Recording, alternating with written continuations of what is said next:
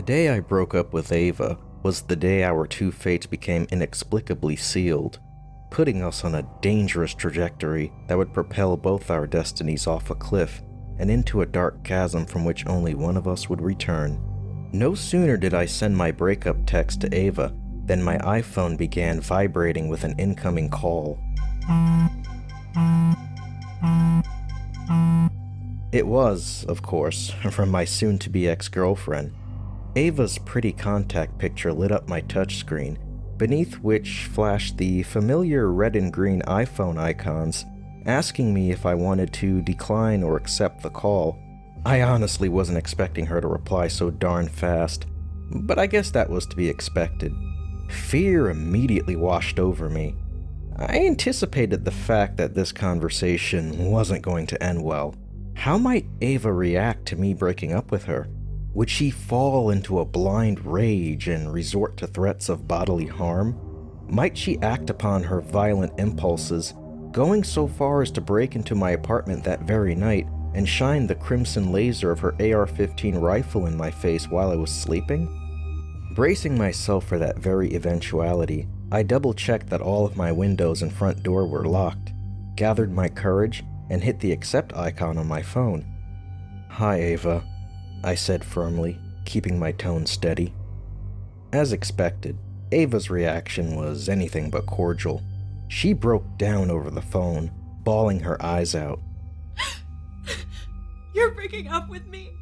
Why? Why? Because of that fucking Leia slut?" Hey, look, Ava. Don't hey look Ava me, you asshole. If you're gonna end things with me, you could have at least had the balls to do it to my face instead of over a text message. She hurled colorful profanities my way, and called me an asshole like this was all my fault somehow. In her eyes, of course it was my fault. Women often had a way of blaming men for the troubles in a relationship, when sometimes it was the woman who was to blame for screwing things up. In the case of my relationship with Ava, I think we can all agree who was to blame. In my defense, I countered delicately, "I'm the asshole. How am I the asshole, Ava? Seriously, you're the one who almost beat a girl to death for talking to me, and you got us kicked out of Comic-Con, and you almost got us arrested, and you got me banned from Meetup, and you single-handedly ruined my birthday. I have every right to be pissed." Ava whimpered. "I said I was sorry." I then replied, "Yeah, and that's supposed to change what happened? Sorry isn't gonna cut it anymore, Ava." Ava choked up on the other end of the line. Her cries intensified. "This really sucks right now, Dan. Please don't hate me. I don't know what came over me yesterday. I just lost control. I know that's no excuse. Can I come over so we can figure this out together?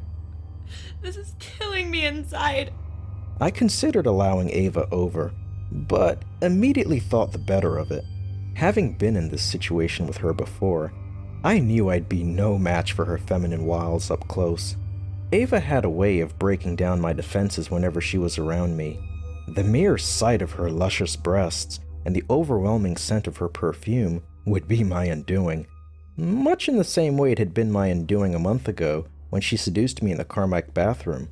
If she came over to my apartment, there was a very strong chance it would end with my pants unzipped and Ava on her knees in front of me, where afterwards I would once again fold and forgive her like the weak beta male simp I was. But not this time. This time I flat out rejected Ava's overtures. "No, I don't think we should see each other for a while, Ava," I replied, holding firm. Ava wailed. Don't say that to me. I love you, Dad. I want to spend the rest of my life with you. Please, let's talk about this. Like a man, I said, "Look, it's over between us. I'll be there for you when the time comes for the baby, but I am not being your boyfriend anymore, Ava. Not after this. You're just too wild for me. I just can't handle this sort of drama in my life. I have to go. Look, I'll talk to you later." And I hung up on her. And let me tell you, it legit felt good. It felt good to finally be putting the cray-cray in her place. I should have done that from the very beginning. Now, That should have been the end of it, but astonishingly, not even a minute after I ended the call, I received an unexpected visitor at my front door. The person outside rang the doorbell numerous times, begging me to open up.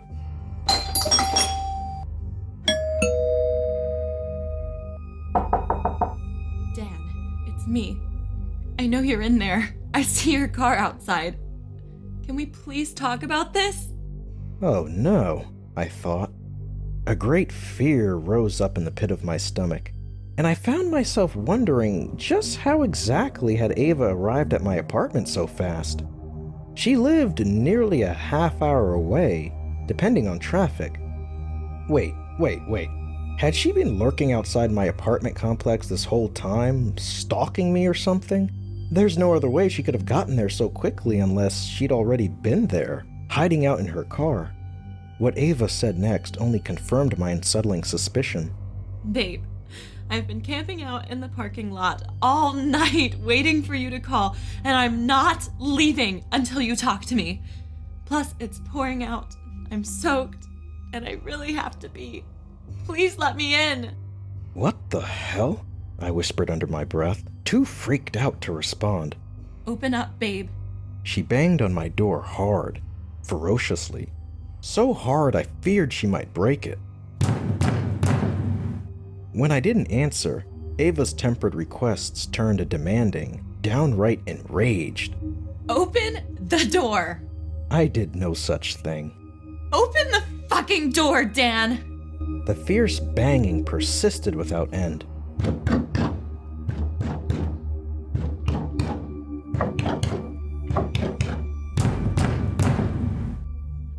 You asshole! You can't break up with me! I'm breaking up with you, Dan! I'm breaking up with you! At last, the assault ceased. Moments later, I heard a car door slam outside, and the loud screeching of tires peeling across pavement as someone floored it out of the parking lot. I can only assume that someone was Ava leaving. Incredibly, that wasn't the last time I heard from Miss Cray Cray Stalker Queen that day. Of course it wasn't. I mean, it wouldn't be much of a story if Ava hadn't returned to torment me. That second round of torment came at midnight.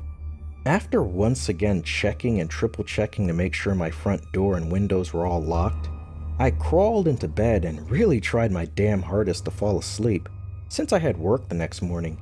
Understandably, it was really difficult to sleep not knowing if my now vexed ex-girlfriend might suddenly appear in my bedroom in the dead of night to kill me in my sleep. I had no doubt she would pull the trigger this time. A few minutes past 12 a.m., my iPhone vibrated with an incoming call from Ava. I heavily contemplated not answering it, but I figured if I didn't, she'd probably end up ringing my phone all night until I did. Let's just get this over with, I told myself. With trembling fingers, I placed the phone against my ear and accepted the call. In stark contrast to her angered demeanor earlier that day, Ava's voice was far more mellow and understanding this time. Heavy sadness lingered in her voice nonetheless. Speaking carefully, she whispered, Hi, babe. Did I wake you? That she still called me babe was startling, to say the least. I so thought she was going to rage at me again, calling me every dirty guy name in the book. Or was this perhaps just the calm before the storm? Was this the prelude to the second outburst to come? Might she show her true colors as the conversation progressed? Answering her, I said, No, I'm up. Ava said back nervously, I'm sorry about this morning. I shouldn't have done that. There I go, PMSing again. Really? I thought to myself. PMSing? That was her excuse again? BS. I wasn't buying it this time. There was more to it than that. PMSing doesn't cause most women to turn violent and nearly beat someone to death with a baseball bat, let alone make her sit out in her car all night stalking me. In my response, I muttered, If you say so, Ava. For a few uncomfortable seconds, neither of us spoke to each other. All I could hear was Ava's subdued breathing on the other end of the line, mixed in with the occasional swig of what sounded like her drinking from a bottle of liquor. Ava finally broke the awkward silence and asked, "You remember our first date, babe? I know it seems like ages ago." "Our first date? Why was she asking me about that? Why was she deflecting? Was this her way of coming to terms with me leaving her? Or was this some sort of clever female manipulation tactic? Was she trying to soften me up by reminding me of the more pleasant times of our relationship, hoping that would somehow make me forget all the crap she put me through yesterday at Comic-Con?" Keeping my tone measured, I replied, "I do. We went to the Red Robin Bash. What about it?" Speaking fondly, Ava added with dreaminess, "That's where we had our first dance. Shared our first kiss. I still remember how good it felt that night when you loosened my bra and made love to me for the first time on my couch." While I admit date one was mostly fantastic, Ava conveniently neglected the part at the end when she/her evil alter ego Nicole held a loaded rifle to my head. That experience alone soured my entire view of date one, but that's just me. Ava continued, "You don't know how happy you made me feel that day. Being with you was like finding that light at the end of a dark tunnel. You were and still are the light that pulled me out of the ocean of misery I've been drowning in all my life, Dan. I wanted you to know that. I've never felt this way for any guy before, and I'm so sorry that I screwed up the best thing to ever happen to me." As she was speaking to me, I heard the swish swoosh of what sounded like water in the background. It sounded like Ava was talking to me while in her bathtub, which definitely seemed a bit strange. "I know I screwed up majorly yesterday, Dan. I admit that. There's no taking back what I did, and I almost got you arrested on top of it. That would have sucked even more. You have every reason to want to dump me." Well, at least she now finally understood and accepted my rationale for leaving her. That was a good thing, right? "Please, don't hate me, babe. I don't know what came over me. I just lost control. I know that's no excuse. I guess a piece of Nicole still lives inside me. I don't know. She makes me do crazy things. Maybe the meds aren't working anymore, but I know these will. These meds will end the pain forever." Through the speaker, I heard what sounded like Ava shaking a small bottle of pills near her phone's receiver. When she spoke again, Ava adopted an even more wounded tone, a tone filled with regret, a tone heavy with depression, despair. I honestly didn't like what I was hearing. It scared me. "You are the love of my life, Dan. And I really wanted to spend the rest of my life with you. Maybe get married, buy a house to raise our baby, grow old together." Ava choked up, crying gently.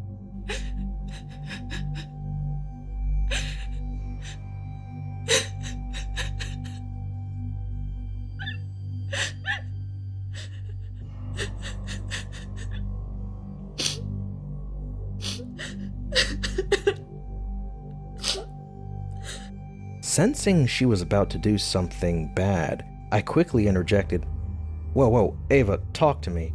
What are you doing right now? Where are you? Are you home? Look, I'm coming over." "It's too late, babe. I already swallowed half a bottle of Valium and some pain pills right before I called. Isn't that how Heath Ledger died? An overdose of different pills. I just wanted to hear your sweet voice one last time before it all ends for me." Horrified by what she was telling me, I yelled, "No, Ava, you spit that out now! Oh my God!" She ignored my pleas and cried, I don't deserve a decent man like you in my life. I'll just end up hurting you in the end. And I don't deserve to have this baby either, because I'll somehow find a way to hurt her too. I'm a walking disaster in the making. All I do is hurt people, and I don't want to hurt you ever again, Dan. So, I'm letting you go, babe. I'm letting go of everything. By now, I was already halfway out of my apartment, running as fast as I could to my car. Jesus Christ, Ava, I'm on my way right now. I have to do this, babe. It's the only way I can keep you safe from Nicole. If I don't kill myself, she'll come back later and hurt you. She's gonna think you did something to me, even though this was all my fault. She'll kill you if I don't stop her. God damn it, Ava, I yelled. I wrote up a will, Dan. I left it on my bed.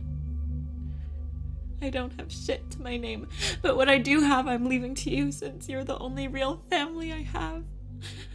In an effort to reach through to her, I said, "What about the baby, Ava? Think about our baby." I did think about her.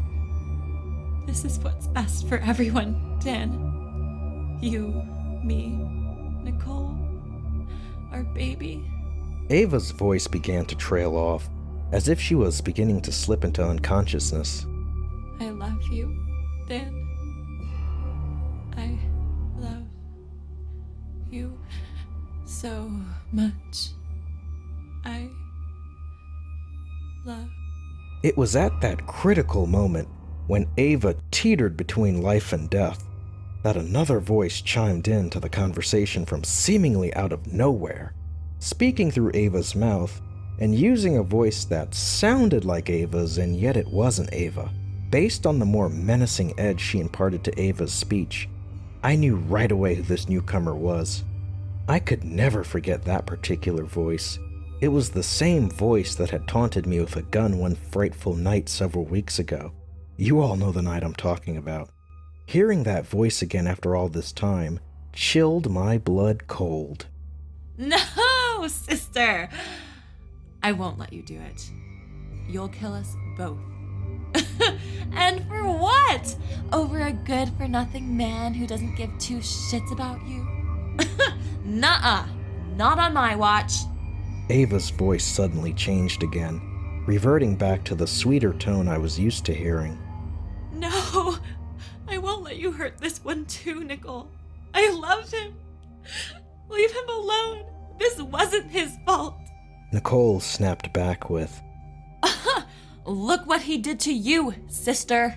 He pushed you to the brink. He's no better than Daddy. You're wrong, Nicole. Daddy wasn't even a third of the man Dan is. I couldn't believe what I was hearing. Ava was legit having a full-blown conversation with herself. It was clear her two identities were clashing inside of her mind, as if fighting for sole possession of her body. It was the craziest thing ever. I don't think Hannibal Lecter was this nuts. Nicole barked, If you want to kill yourself over him, fine.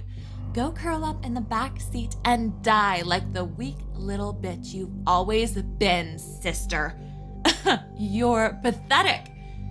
But I'll be damned if you're dragging me to the grave with you. I died once already, and I ain't about to taste hell's flames a second time. Enough talk. I'm taking over this ride.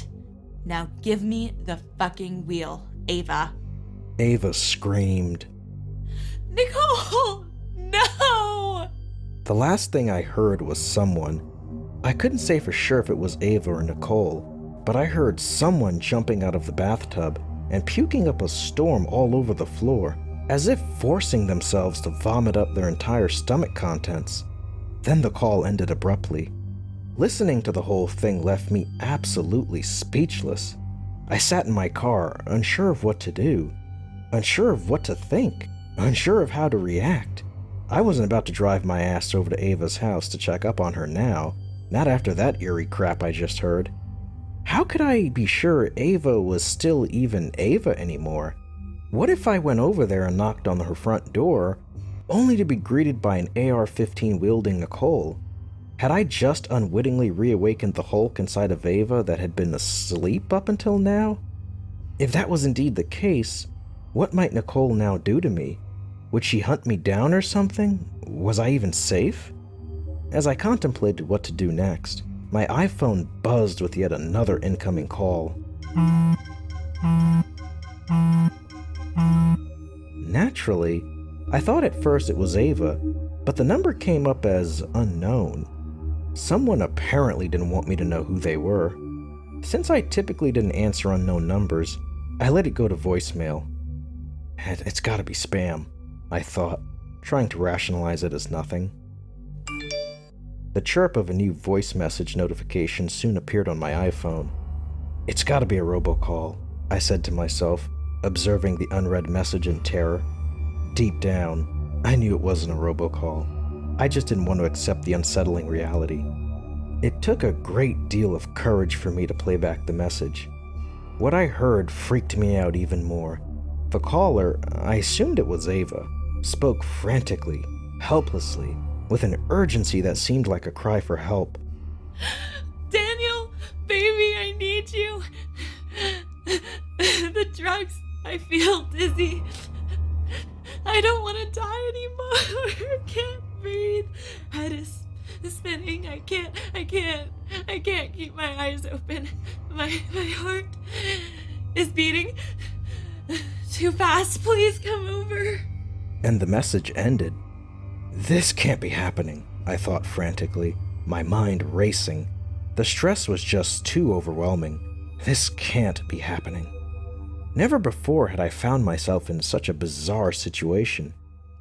I just couldn't make sense of any of it. Was that really a cry for help from Ava, or was Nicole just baiting me, attempting to lure me over to her house so she could kill me? It has to be a trick, I told myself. But what if it wasn't? The concerned nice guy in me considered the possibility that this wasn't a deception.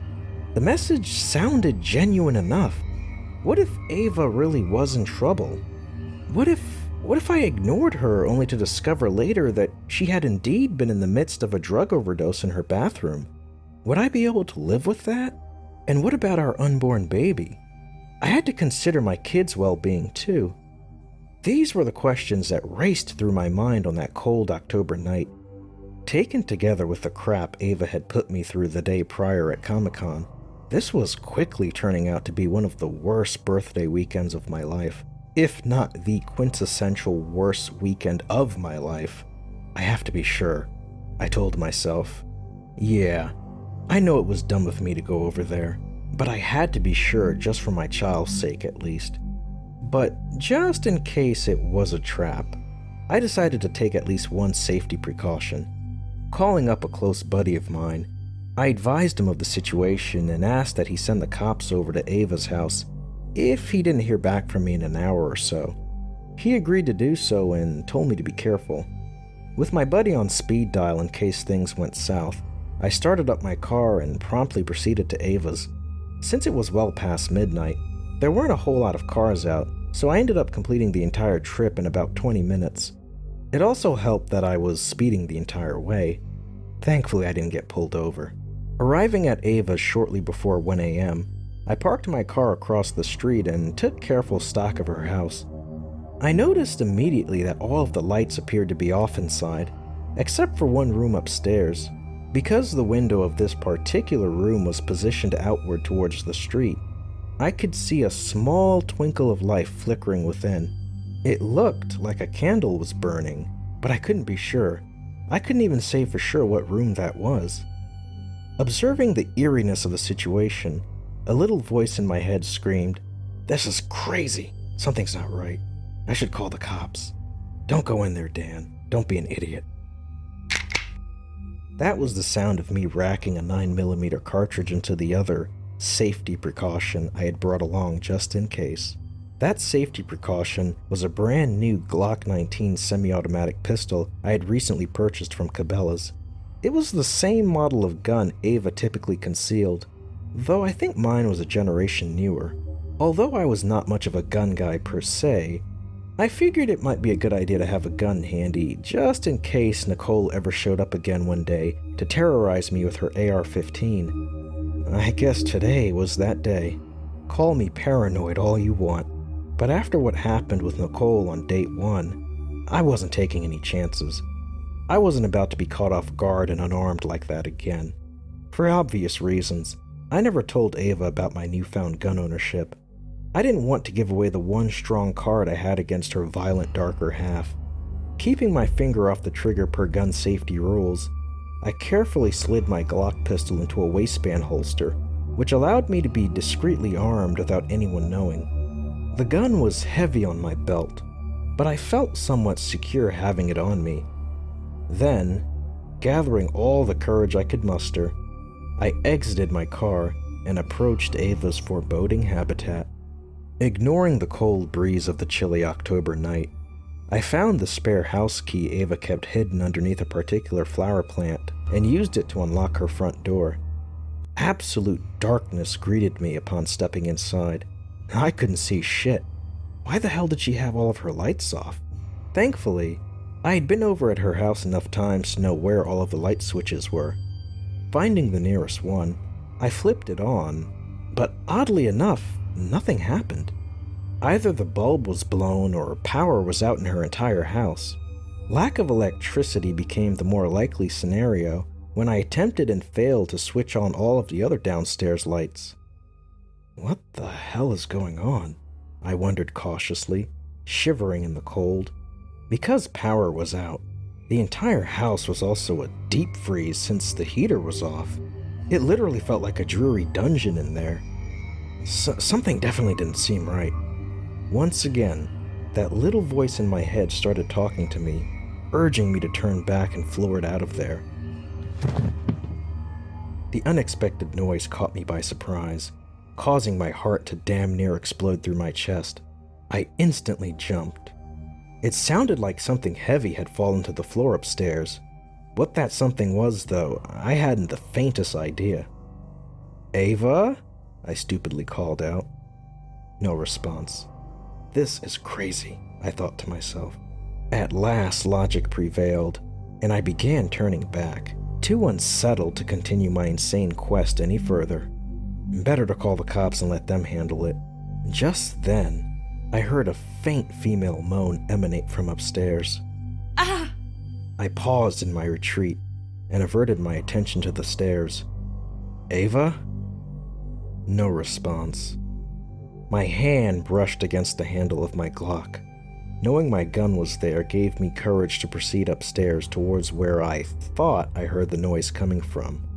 With the lights off throughout the entire house, I relied completely on muscle memory to navigate. Eventually, I ascended the full length of the stairs and saw something at the top I had never seen during the many times I had visited Ava's house. The once closed and locked door to Nicole's bedroom was now wide open. It was from inside this room that a faint source of light spilled out into the black hallway, illuminating my way. This must have been the lit room I observed from my car. There was that sound again, and it came, not surprisingly, from Nicole's bedroom. Fear crawled across my chilled skin, sending goosebumps echoing down my spine.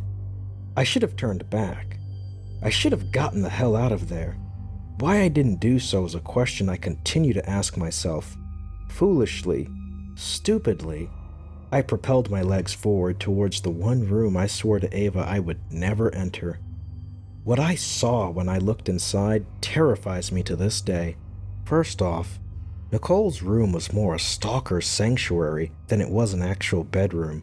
While there was a modest bed and a multi-monitored computer inside, the room lacked the usual furnishings one might find in a typical bedroom. There was no closet, nightstand, clothes strewn about, etc. What there were plenty of, though, were pictures of me.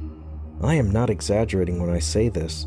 There were literally hundreds of pictures of me stapled to the walls, covering every inch of plaster, including the ceiling.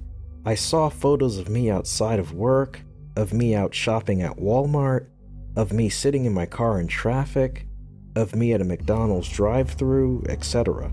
More disturbing, I found intimate pictures of me taken within the very walls of my apartment, my most private place of all. There were pictures of me in the shower, pictures of me playing video games or watching movies in my living room, and in one unsettling series, I saw extreme close-ups of me in bed sleeping. Whoever took those particular shots must have been standing right over me by the looks of it. Seeing all of that enraged me to my core. At the same time, it also creeped me the hell out. Ava, or Nicole, had obviously been watching me from the very beginning, obsessing over my every movements. Many of the pictures were taken during times when Ava and I weren't even together, indicating she'd been near when I thought she wasn't. Yeah, this was next level stalker shit on steroids. Holy shit, I said aloud, unable to contain my terror. If that wasn't enough to horrify your senses, this right here is really going to unnerve people. The faint source of light in the room was coming from the screens of the lone computer I mentioned prior. Because the computer was plugged into an APC, it explained why it was still on despite the rest of the house being out of power. The computer appeared custom-built, with a large ATX tower and 6 monitors neatly positioned in 3 rows of 2 atop a large office desk. On the desk were yet more photos of me, including a small makeshift candle shrine of some kind. The shrine wasn't made out to me, thankfully, but instead displayed old Polaroids of a cute infant with blonde hair. The baby pictures and candles surrounded an ornate cremation urn, upon which was inscribed a single name, Nicole. Creepy, I know. I guess Ava hadn't been lying about having a twin sister who died at birth. While finding Nicole's burial urn and all of these pictures of me was downright scary, it was what I saw on the computer monitors that nearly gave me a heart attack. Several of the screens depicted real-time video feed from numerous cameras hidden throughout my apartment. One camera was skillfully positioned in my bedroom somewhere. I couldn't tell exactly where. It gave full view to my entire room, including my bed and closet. Another monitor displayed feed from my bathroom, showing my toilet and shower. Yet another monitor covered the full entirety of my living room, while another screen observed the interior of my kitchen. The remaining 2 monitors didn't display images from my apartment, thank God. Rather, they covered the front and back exterior of Ava's house, appearing to act as a sort of security system for the property. My eyes widened in horror at the sight before me. My entire life, everything. Nicole/Ava had been watching it all. This entire time she had been invading my privacy without my knowledge, observing me at my most vulnerable and knowing my every move. As I mentioned, this room was literally a stalker's sanctuary. And in the center of all this madness, lying completely butt naked and curled up in a fetal position in the far corner of the room, was Ava. Cloaked by the darkness, I didn't notice her there at first. Her back was facing me, and she was trembling all over. Whether she was shaking due to cold or craziness, I couldn't say. It was quite possible I was witnessing Ava in the throes of what might have been a complete nervous breakdown.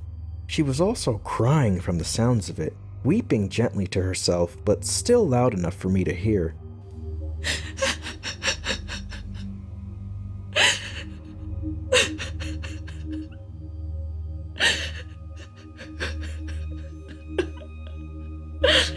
The only positive thing I took away from all of this was the fact that Ava was still alive and not floating belly up in her tub from a drug overdose. That must also have meant our unborn child was still alive too. A part of me considered approaching her, but the discovery of her insane stalker activities into my life was enough to finally jolt the logic part of my brain into action. To hell with this, I said under my breath. This was way beyond my ability to handle. It was time to get the cops involved. Ava definitely needed help, the sort of psychiatric help I could never give her. I turned on my heel and started to leave. Simultaneously, I was reaching for my phone to call 911 in order to get Ava the help she so desperately needed. Came Ava's blood-curdling screams. It was a piercing, warlike, crazy scream an enraged gal might make when she's about to attack you with a kitchen knife. Actually, I think Ava came at me with a large Bowie knife instead of a kitchen knife. Regardless, whatever knife it was big, sharp, deadly. Leaping to her feet, Ava lunged at me fast with the blade of said scary knife raised high. Because the room wasn't very big, she closed the distance between us in less than 2 seconds, far faster than I had time to fully turn back around and properly react. Thus, Ava brought her blade slicing down hard on my upper left shoulder, piercing through clothing, through flesh, through bone. I think she was initially aiming for my heart, but miraculously missed by mere inches. "Ah!" I screamed in pain. Blood spurted from the wound in my shoulder, gushing out like a crimson geyser. The next instant, I was on the floor with the full weight of a nude and clearly deranged Ava on top of me. This was hardly the first time Ava had straddled me naked. Granted, she had done so in the past during moments of intimacy. Now she was growling and screaming at me like a lunatic, completely unrestrained in her rage. Looking into her blue eyes, I saw nothing but murderous intent behind those dilated pupils. Through my agony, I yelled, "Ava, no! Don't!"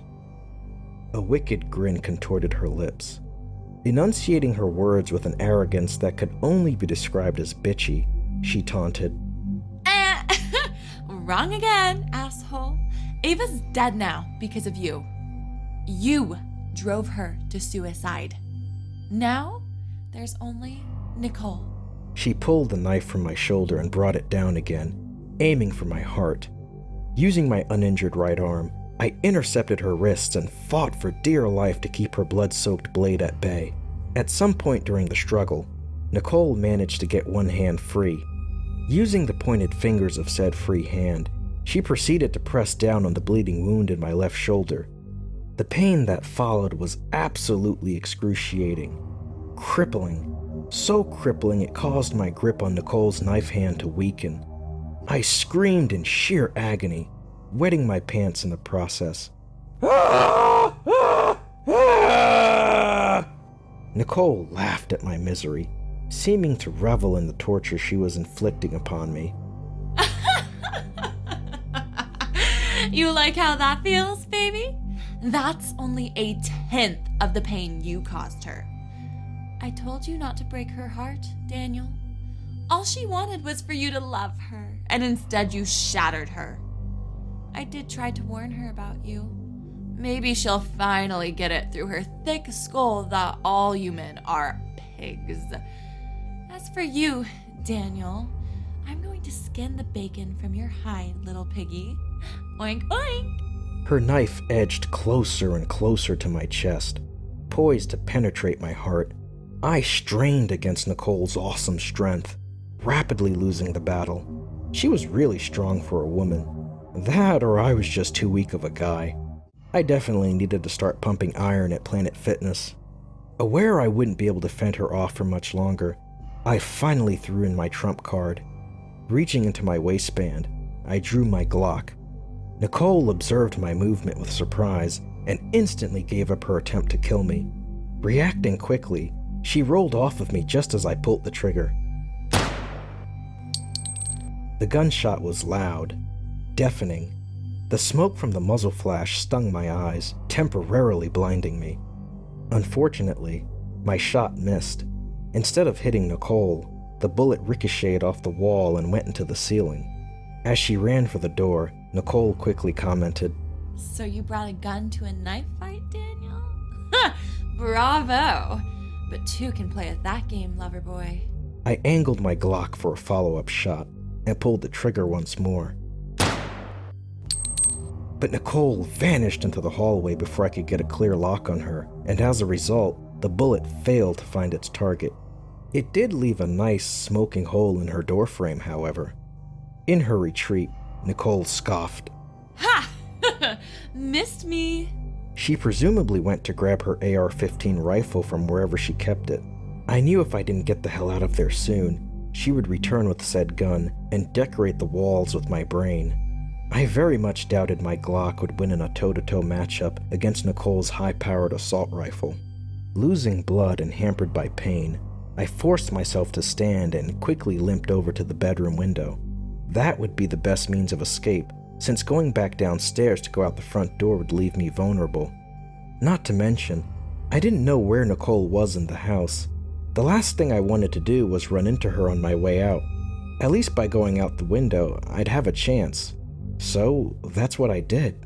Being that the window was located up on the second floor, it meant there was a small drop down to ground level. Fortunately, Ava's house had a giant red awning above the front door. It was this awning that broke my fall as I leapt out of the window and fell to safety. Still, I hit the ground pretty hard and fractured an ankle. Ah! Reduced to limping, I trudged back to my car, leaving a trail of blood in my wake. Getting in, I started up the engine with my one good arm and began flooring it, grimacing in pain from the pressure I now applied to the newfound injury in my ankle. My Honda scarcely made it 5 feet before bullets started flying. One bullet shot out my driver's side window, shattering it completely. Miraculously, the round missed my head and lodged into my passenger door. A second bullet skimmed my windshield while a third blew a small hole through my hood. Fragments from a fourth round nicked my chin, taking off a small chunk of flesh as it flew by. Ah! I groaned. Under assault, I stole a terrified glance to my side and just made out the dim muzzle flashes of a rifle firing out of the same second-floor window I had just escaped from. Nicole had indeed retrieved her AR-15 and was now shooting at me, hailing down a relentless volley of semi-automatic gunfire from her sniper's perch. The crimson dot of her laser sight lit up the interior of my dark car, making me an easy target. Putting the pedal to the metal, I ducked for cover and revved my engine hard, peeling away with a loud screech. Bullets continued to riddle the car from left to right, turning my once pristine Honda into Swiss cheese. It was only by the grace of the big man upstairs, or simple luck, that none of the bullets took out any of my tires or engine, which would have left me stranded and a dead man for sure. Only after my car made it far enough down the street and out of range of her rifle scope did Nicole's deadly shower of bullets finally stop. Having been stabbed, shot, and injured in the leg during my escape, it was a miracle I managed to drive myself to the nearest hospital.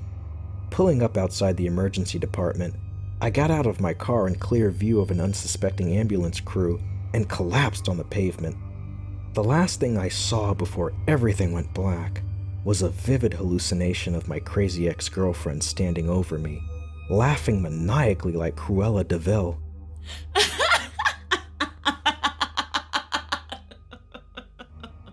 In my mind, I heard her say, "See you soon, lover boy." Mwah.